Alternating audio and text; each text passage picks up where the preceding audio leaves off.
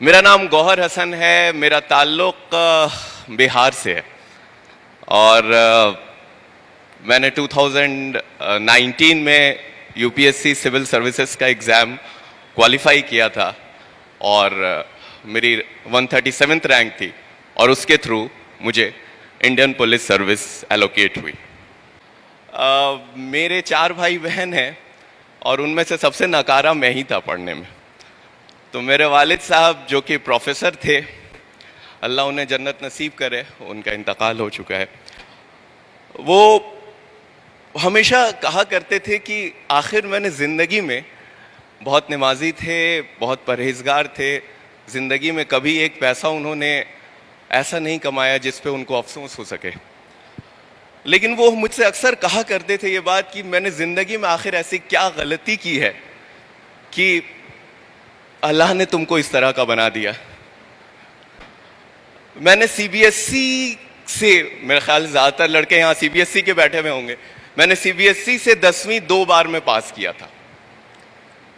पहली बार में पास कर गया था मैं, मेरे कुछ 45% मार्क्स थे और जब मेरे वालिद साहब ने कहा ये नंबर लेके तुम कहाँ जाओगे, तो मुझे लगा मैं पास कर गया, मैं इसी पे खुश था। लेकिन उनके बड़े इसरार करने पर मैंने दोबारा एग्ज़ाम दिया। तो आज भी मुझे याद है कि मेरे 70% मार्क्स आ गए थे, तो मेरे मोहल्ले में मिठाई बांटनी पड़ी। वो लोग इतने खुश थे 70% मार्क्स पे।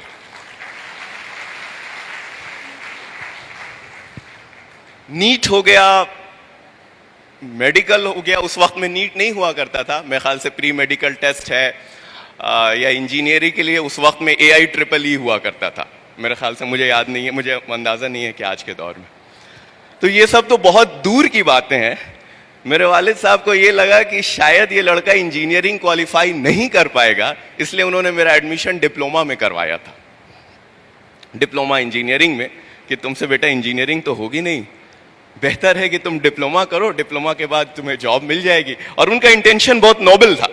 जाहिर है वो मुझे बचपन से देखते आ रहे थे, एक बाप माँ से ज़्यादा, एक पेरेंट से ज़्यादा अपने बच्चों को कौन पहचानता है।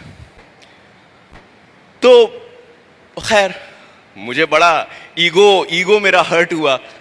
अब डिप्लोमा करने को कह दिया, डिप्लोम चीज़ लोग बुलाते थे। लेकिन खैर ठीक है, अब मरता क्या ना करता। डिप्लोमा का एग्ज़ाम दिया। इंटरेस्टिंग बात है कि मेरा उसमें भी एंट्रेंस में नहीं हुआ डिप्लोमा के।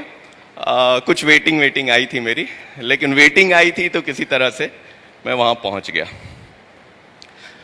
खैर फास्ट फॉरवर्ड डिप्लोमा हुआ। डिप्लोमा के बाद फिर जॉब भी मिल गई, जॉब तो मिल ही जाती है। उसके बाद फिर मैंने इवनिंग से इंजीनियरिंग करी। बड़े घर पे लोग मेरे बड़े खुश थे कि चलिए भाई, जिससे ये उम्मीद थी कि पान की दुकान से ऊपर कुछ कर नहीं सकता है, एटलीस्ट वो एक जॉब कर रहा है। मैंने जॉब शुरू करी, अपनी जॉब शुरू करी तो 1 साल 2 साल 3 साल, जब 3 साल मैंने जॉब वॉब कर लिया तो मुझे लगा कि शायद मुझे कुछ और करना चाहिए। उस वक्त में मुझे कहीं ना कहीं ये एहसास होता था कि मैंने ज़िंदगी में कुछ भी नहीं किया अभी तक। जैसे नदी के एक फ्लो के साथ लोग बहते चले जाते हैं, वैसे मैं भी अपनी ज़िंदगी के फ्लो के साथ बहता चला जा रहा था, जैसे जहाँ जिसे ने फेंक दिया। ना कोई बड़ा एग्ज़ाम दिया, ना किस किया। तो मुझे पता नहीं क्यों एक ख्याल आया कि इस स्टेज पे आके ना तो मैं मेडिकल दे सकता हूँ, ना मैं इंजीनियरिंग दे सकता हूँ, ना मैं कुछ और कर सकता हूँ। मेरे पास 2 ऑप्शंस बचे थे, या तो मैं कैट का एग्ज़ाम देता मैनेजमेंट के लिए, या फिर एक ऑप्शन था सिविल सर्विसेज। मुझे बहुत ज़्यादा अंदाज़ा तो नहीं है कि महाराष्ट्र में लोग इसका क्या वो करते हैं, बट बिहार में एक बड़ा कोई भी पेरेंट्स को, ख़ास करके जो मिडिल क्लास के पेरेंट्स होते हैं, उनके अंदर एक ये रहता है कि भाई मेरा बच्चा IAS IPS बने, सिविल सर्विसेज में जाए। मतलब वो एक बड़ा उसको लगता है कि पता नहीं क्या हो जाएगा वो बनकर। हालांकि ऐसा कुछ नहीं है, ठीक है, ये भी एक नौकरी है। तो खैर मुझे एहसास, तो वो जहनियत तो वही थी। तो मुझे ये एहसास हुआ कि मुझे सिविल सर्विसेज की प्रिपरेशन करनी चाहिए। तो जब मैंने एकदम मुअज़्ज़म इरादा कर लिया कि नहीं मुझे करना है, तो मैंने अपने वालिद साहब को फ़ोन किया कि मैं ऐसा ऐसा सोच रहा हूँ। वो सोचने लगे। अभी तो मुझे थोड़ा सुकून मिला था कि इसने नौकरी शुरू की है, अब इसकी ज़िंदगी थोड़ी सी सेटल हुई है, आगे का मामला होगा, अब आगे की चीज़ें देखी जाएगी। अब ये नौकरी छोड़ने की बात करने लगा। तो उन्होंने कहा कि लगता है तुम ज़्यादा थक वक गए हो, नौकरी में तुम्हारा ज़्यादा प्रेशर है तुम पे, तुम आओ घर छुट्टी लेकर के। ठीक है, मैं घर पहुंच गया।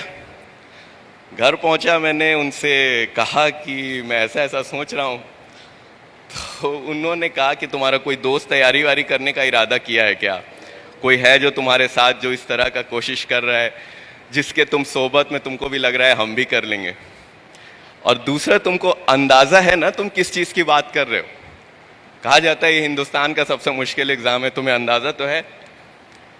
तो नहीं नहीं हमको पता है, ये वो ऐसे वैसे। उन्होंने कहा कि देखो, मुझसे ज़्यादा खुश कोई नहीं होगा अगर तुम वाकई दिल से, अगर तुम्हारे अंदर इरादा है कि तुम इस तरह से कर सकते हो, लेकिन ऐसा ना हो कि 2 महीने बाद तुमको एहसास हो कि ये हमसे हो नहीं पा रहा है, तो ना खुदा ही मिले ना विसाले सनम, ना इधर के रहे ना उधर के वाला मामला हो जाएगा।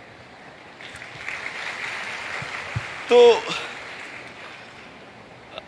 ठीक है, तो हमने सोचा कि थोड़ा सा, उनसे कुछ साल पहले डॉक्टर शाह फैसल थे जो कश्मीर के थे, वो हिंदुस्तान में टॉपर हुए थे, और काफ़ी वो मतलब वो उनकी स्पीच वगैरह हम लोग यूट्यूब पे सुनते थे तो लगता था कि हाँ एकदम ज़बरदस्त।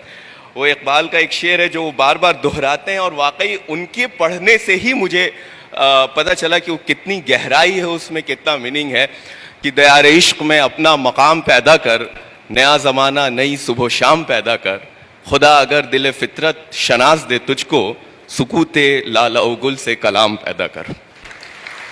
तो इसमें इतनी गहराई है। अल्लामा इकबाल, इस इंस्टीट्यूशन का नाम शाहीन है। मैं इतना खुश हुआ था जब मुझे अंदाज़ा हुआ, मुझसे पहले जो मौलाना साहब थे इन्होंने बहुत अच्छे तरीक़े से इसका मतलब बताया है कि शाहीन का क्या होता है। तो खैर वहाँ से मेरा एक सफ़र शुरू हुआ, और आप यकीन मानिए कि मैंने इस तैयारी के दौरान लिखना सीखा, पढ़ना सीखा, टेबल कुर्सी पे बैठना सीखा। इससे पहले मुझे वो भी नहीं आता था, बेसिक्स जो होता था। It took me a lot of time but, और एक चीज़ है, ये कुरान का कौल है कि अल्लाह उसी की मदद करते हैं जो खुद अपनी मदद करता है। तो इस चीज़ को, ये एक लंबा सफ़र चला। मैं उसके हर, यूपीएससी में भी 3 स्टेजेस होते हैं, प्रीलिम्स में, मेंस, इंटरव्यू, मैं तीनों स्टेज में एक एक बार फेल हुआ। फाइनली 2019 में जाकर के अल्हम्दुलिल्लाह मेरा सिलेक्शन हुआ। तो कहने का मकसद ये है, मैं आप लोगों को ये, खास करके मैं उन बच्चों को एड्रेस कर रहा हूँ जिनको ऐसा लगता है कि शायद वो अपने अंदर से हारते हैं। उनको ऐसा लगता है कि शायद मैं कुछ नहीं कर पाऊंगा। जब वो दूसरे बच्चों को देखते हैं उनको लगता है कि यार ये मुझसे इतना अच्छा है। मुझे भी ऐसा लगता था, मेरे अंदर भी ये इनसिक्योरिटीज थी। ऐसा नहीं है कि यार ये तो मैं कैसे कर पाऊंगा, इतना बड़ा कंपटीशन है, इतने बड़े लोग हैं। और आपको मैं एक चीज़ बताता हूं, मैं अपने एक्सपीरियंस से ये चीज़ 100% कह सकता हूं कि आपका कॉम्पिटिटर दुनिया में सिर्फ आप हैं। अगर आप आज जिस मकाम पर हैं, आप कल उससे थोड़े बेहतर हो गए तो यकीन जानिए इससे बेहतर कोई चीज़ नहीं। आपको सिर्फ एक सीट चाहिए किसी भी कंपटीशन में, किसी भी एग्जाम में।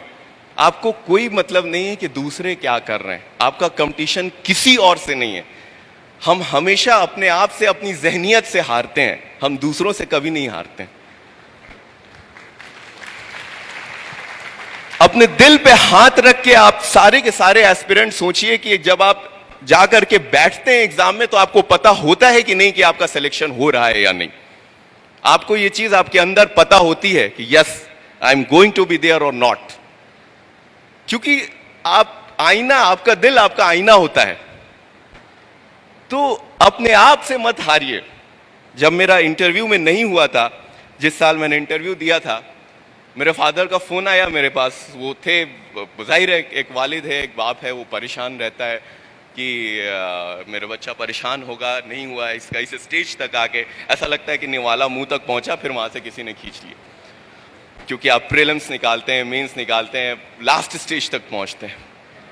लेकिन मैंने उसी टाइम उनसे कहा था कि मुझे ये अब यकीन है कि अगले साल इंशाल्लाह मेरा इस लिस्ट में होगा, और मैंने उसी माइंडसेट से, उसी जज्बे से उस पूरे अगले साल की तैयारी करी। और आपको मैं सही बताऊं, जब अगले साल का रिजल्ट आया, मैं रिजल्ट खोल ही रहा था कि इस बीच में मेरे दोस्त का फोन आया। यूपीएससी आजकल नाम के साथ लिस्ट शाये करता है, तो मैंने उससे फोन पे यही बोला कि मुझे ये तो पता है कि मेरा लिस्ट में नाम है, मुझे रैंक बताओ कि मेरी कितनी रैंक है।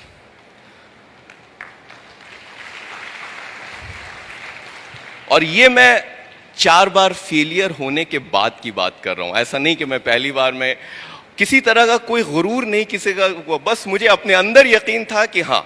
और आप सबको, जितने भी एस्पिरेंट, जितने भी लोग यहां बैठे हैं, उनको पता होता है। आज जो लोग बैठे हैं, जिन लोगों को अगले साल देना है, आज ये चीज सोचिए अपने जहन में कि अगले साल मेरा नाम वहां पे होगा। और ये जो पॉजिटिव एनर्जी होती है ना आपके जहन में, वो आपको डिराइव करती है, वो आपको अपने गोल की तरफ खींचती है।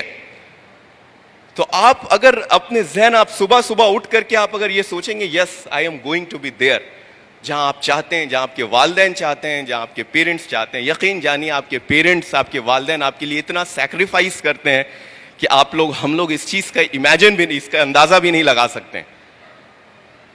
कितनी दुआ करते हैं, कितनी रात जागते हैं, कितने आंसू गिराते हैं।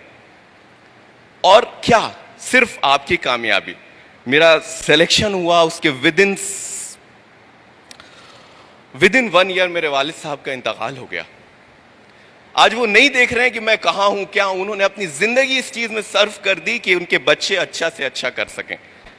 अल्हम्दुलिल्लाह आज मेरे चारों भाई बहन एक अच्छी जगहों पर हैं, लेकिन और मेरे वालिद नहीं है इसको देखने को।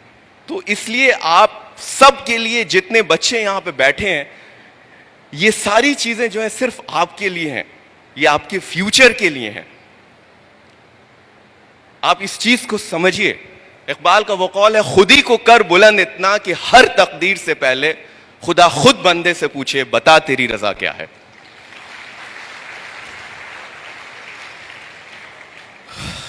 तो मुझे बहुत ज्यादा कुछ नहीं कहना है, और थोड़ा सा मैं पेरेंट्स जो हैं यहां बैठे हैं, उनको भी मैं एक चीज कहना चाहूंगा, अपने बच्चों पे हार मत मानिए। अगर आपका बच्चा अच्छा नहीं भी कर पाया किसी वजह से, मैंने आपको बताया मैं शुरू से किस तरह का स्टूडेंट था। मेरे वालिद के लिए ये बहुत आसान था, मेरे फादर के लिए, मेरी मदर के लिए, कि मुझे अपने हाल पे छोड़ देना, ये तो कुछ नहीं कर सकता है। It's very easy. या फिर खुद हार जाना कि भाई मुझसे जो हो सकता था। लेकिन constantly since childhood he tried to motivate me, he tried to promote me, he tried to give everything. तो अपने बच्चों पे कभी, कब अल्लाह उसका जहन कब खोल दे, कब उसको आगे बढ़ा दे, ये किसी को नहीं पता होता है। तो आप लोग भी ज्यादा से ज्यादा कोशिश करते रहें अपने बच्चों को आगे बढ़ाने की। अल्लाह से दुआ करते रहें कि नहीं, ठीक है, जब और कर सकते हैं तो आपके बच्चे भी कर सकते हैं, सब लोग कर सकते हैं। तो इसलिए ऐसा नहीं है कि कोई भी इस हॉल में जितने एस्पिरेंट बैठे हैं, जितने बच्चे बैठे हैं, सब लोग सब कुछ वो सारा मुकाम पा सकते हैं जो आप चाहते हैं, जो आप करते हैं, जो आपके दिल में है कि नहीं मुझे ये करना है। दुनिया में कोई भी चीज मुश्किल नहीं है। मैं तैयारी करने से पहले मुझे कह देता कोई कि आप आधा पैराग्राफ किसी टॉपिक पे लिख दीजिए, तो शायद मैं नहीं लिख सकता था। अब मेरे वालिद ने मुझसे कह दिया कि तुम उर्दू सब्जेक्ट लेके लिखो। यकीन जानिए मुझे उर्दू का इमला तक सही लिखने नहीं आता था, लेकिन उन्होंने कह दिया। मेरे जहन में भी क्या हो गया, मुझे जाहिर है मुझे वक्त लगा, मुझे मेहनत करनी पड़ी, सारा वक्त, सारी चीजें उसमें गुजरी। लेकिन एक ऐसा दौर भी था जिसमें मेरा ऑल इंडिया हाईएस्ट मार्क्स थे उस सब्जेक्ट में।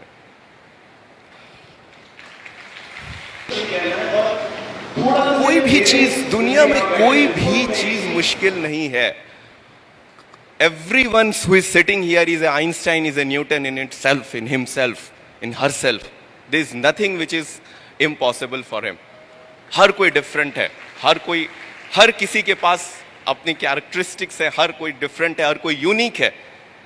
और आपका कंपटीशन किसी से नहीं है। ये चीज आपको मैं बार बार बताता हूँ, बार बार दोहराता हूँ। कभी ये नहीं सोचिएगा कि आपके क्लास में किसी का टेस्ट हुआ, उसका मार्क्स बहुत आ गया तो वो बहुत अच्छा है। नहीं, आपका कहाँ कम आया, कहाँ क्या कम आया, ये देखिए। किसी दूसरे का क्या ज्यादा आया, इससे कोई फर्क नहीं पड़ता है।